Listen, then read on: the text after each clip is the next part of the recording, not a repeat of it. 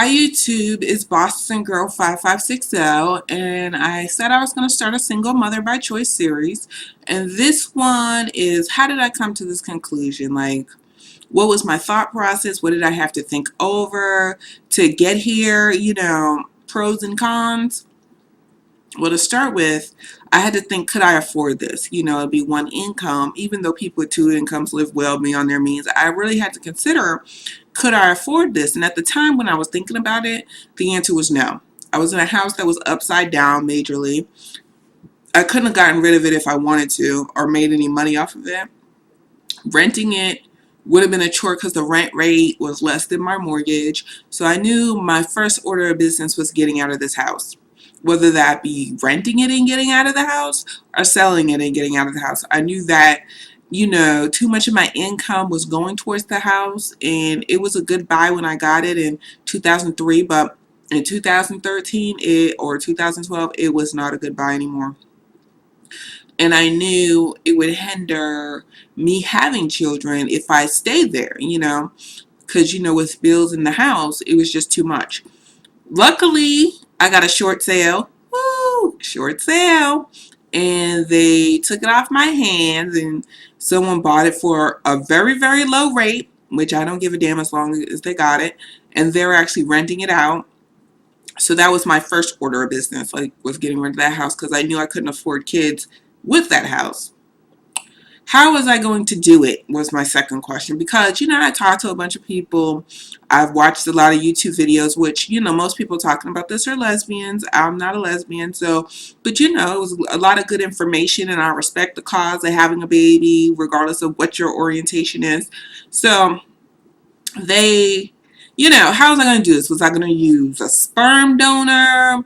Was I going to use a known donor? What was I going to do? And if you watch my videos, you can see that my position has changed presently. But at the time, I was like, okay, I'm going to use a sperm donor. And then I would look at the sperm donor websites, and when I said that shit was expensive, I mean, not just a little expensive, a whole lot expensive. And then I did my research, and I went to several different reproductive endocrinologist seminars. I did that. So I was becoming more and more informed. I think the best decisions to make are informed decisions. I was just trying everything. And I did start immediately taking prenatal vitamins and folic acid. That was just the general gist. Start getting your body prepared and ready to have a baby. As time grew on, because at the time I was 36 ish when the thought process came, about to be 37, and I knew I had a lot of preparation I had to do before I could make this a reality. The funny thing is, when I started looking into this, I saw women 28, early 30s doing this. This was not even in my mind then. I swore I would be married, I would have kids. I swore that. You couldn't have told me at 29 I would be having kids this way. I would have never believed you, ever. Okay? Never believed you. But what happened was somebody else, my neighbor, was doing it. And that's how it all came in my mind. Because, even when I started researching this, I didn't even think it was for me or it was something I would personally do. So, and everything happens for a reason. So that's what it started. The next thing I looked into is how much did my health insurance cover? I'm in Georgia. From what I gather, most health insurances in Georgia do not cover fertility. Most of them. I had a couple friends and theirs did, but that was rare. If you're in a state like Massachusetts, they all cover fertility. They have a mandate that they have to cover fertility. But for me, it only covered the diagnosis, so the test to diagnose I was infertile. That's what it covered. It didn't cover inseminations, IVF, none of the major shit. It didn't cover any of that. All it covered was the diagnosis that I was infertile. And then, even when it covered that, it hit the deductible, which was $1,000. So, Granted, one of my tests was like $2,400, so it's not like I'm totally complaining, but I would have loved for health insurance to cover something more or whatever. And health insurance is so scammy these days. Back in the day, it used to cover every fucking thing. Now it covers halfway nothing. But anyways, so you acquire with your health insurance, what do they cover? And this is helpful because you don't have time to play or money to waste. Like, one of the major tests I think everybody should get is that HSG test, is to see if your fallopian tubes are clear. And I avoided that test. And you know what? It's just because I'm cheap. I avoided that test because it costs a lot of damn money. But if your health insurance pays for it, I'd go for it. My health insurance paid for it, and I think it was the one that was $2,400. And I had to come up, I think I had already hit my deductible by this point, but after that, I owed the hospital like $500. So to me, it's worth it. Now that I know my tubes are clear, they are clear. So I know that. So that makes me feel better and more comfortable. So the next question or thing I asked myself, who is my village going to be? Being a single woman in Atlanta, I have a lot of single friends or friends that are married with kids. Here's the deal. Like, everybody lives so far away. Like, at the time I lived in Gwinnett, I had friends in Marietta, Norcross. Well, at the time I was living in DeKalb.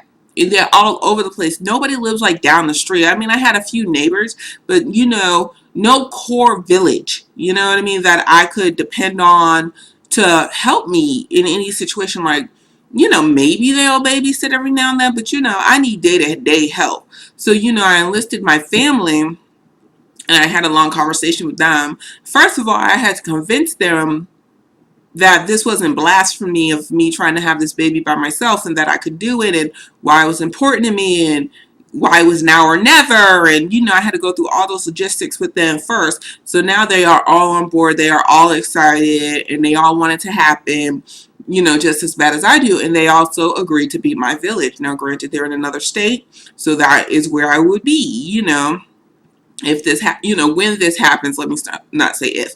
When this happens, I will be moving back to my home state, my hometown, for my village of family members, that would love to help and do whatever they could or need to do for me.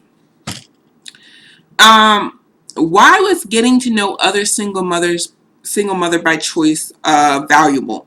Well, the first thing was you realize you're not the only one.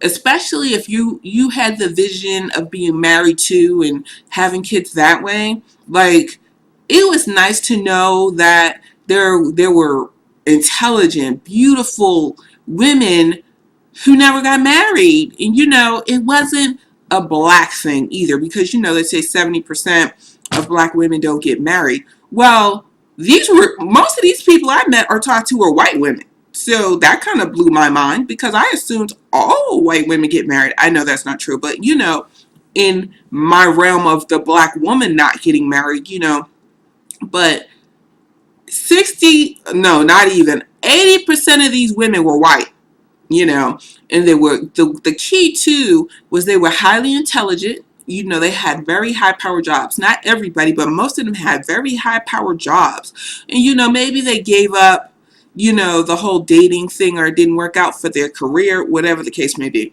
But I have a decent job. I wouldn't call it high powered job, but it's a decent job. I make decent money. But the thing is, I've dated and I just haven't been successful in that way. A lot of it has to do because I refuse to settle, and I don't feel anybody should settle.